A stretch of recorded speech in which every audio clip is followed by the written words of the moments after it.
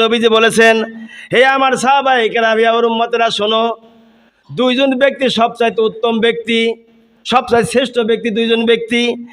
এক নম্বরে যে ব্যক্তি ঘোড়ার লাগাম ধরে আল্লাহর রাস্তায় জিহাদ করার জন্য যখন যাবে, তালাশ করবে কোন জায়গায় জিহাদ হচ্ছে, নিজের ঘোড়া লইয়ে লাগাম ধরিয়ে কোথায় জিহাদ হচ্ছে ইসলামকে টিকে রাখার জন্য, কোরআনকে টিকে রাখার জন্য কোথায় জিহাদ হচ্ছে সেখানেই যাবে।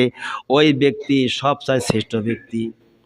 দুই নম্বর ওই ব্যক্তি যে ব্যক্তি পাহাড় পেয়েছে, বিশ্রাম না করিয়ে পাহাড়ের কিনারায় গিয়ে আল্লাহর ইবাদত বন্দি করার জন্য বিধিব্যস্ত হয়ে পড়েছে, নামাজ ছাড়ছে না, রোজা ছাড়ছে না, রোজার সময় হয়ে গেছে রোজাও ছাড়ছে না, আল্লাহর ধ্যানমগ্ন হয়েছে, গভীর রাত্রে তাহাজ্জুদ নামাজের জন্য দাঁড়া হয়েছে। অথচ ইচ্ছা করলে লোকটি ছাগলগুলো বেঁধে রেখে সে ঘুমাতে পারতো, কিন্তু না ঘুমিয়ে পাহাড়ি অঞ্চলে যাওয়ার পর আল্লাহ স্মরণ থেকে বিমুখ হয়ে যায় নাই, আল্লাহকে স্মরণ করিয়ে নামাজ আদায় করছে, নামাজে পাবন্দি হয়ে গেছে। এই অবস্থাতে সে মারা যায়, সে তার ছাগলের চিন্তা করবে না, জীবনের মায়া করবে না।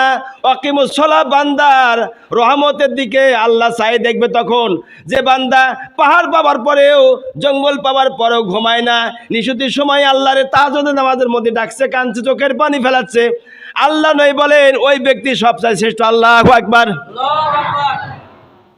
প্রথম ব্যক্তি ঘোড়া দাবড়িয়ে জিহাদের ময়দানে যাওয়ার জন্য, জিহাদ করার জন্য সে তালাশ করে যায়, এই ব্যক্তি উত্তম। দ্বিতীয় ব্যক্তি উত্তম যে ব্যক্তি নামাজ পড়বে কিন্তু ছাগল রয়েছে এক পাল, ছাগল চড়াইতেছে, পাহাড় পেয়েছে সেখানে বেঁধে রেখেছে, ইচ্ছা করলে ছাগল চড়াইতে পারতো কিন্তু না, আল্লাহর ভয়ে ভীত হইয়া তাহাজ্জুদ নামাজ পড়ছে, ইসলামের কাজ করছে, সেই ব্যক্তি আল্লাহর জান্নাতি মানুষ। এ কথা রাসূল বলেছেন।